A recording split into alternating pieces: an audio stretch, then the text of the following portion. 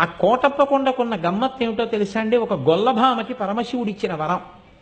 ఎన్నడూ కాకి వాలదు. ఆ కొండంతటి మీద పగలు కాదు రాత్రి కాదు ఎన్నడూ ఒక్క కాకి మీకు కనపడదు. కొండ ఎక్కుతుంటే బోల్డని కాకులు కనపడతాయి. మీరు వెళ్ళేటప్పుడే చూడండి. మీరు కొండ ఎక్కుతారు కాబట్టి కోటప్ప కొండ ఎక్కేటప్పుడు చూడండి. కోటప్ప కొండ కింద బోల్డని కాకులు ఉంటాయి. కోటప్ప కొండ ఎక్కడం మొదలెట్టినప్పటి నుంచి చూడండి, ఒక్క కాకి అంటే ఒక్క కాకి మీకు ఆ కొండ మీద వాలదు. ఎక్కడా ఓ చెట్టు మీద రాతి మీద వాలదు.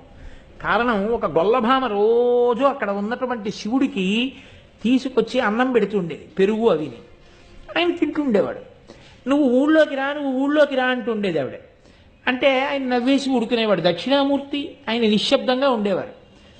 ఆవిడ ఒకరోజు తీసుకొస్తూ చల్లకుండా తీసుకొచ్చి అక్కడ పెట్టింది. పెట్టి కూర్చుంది బడలికి. కూర్చుంటే ఒక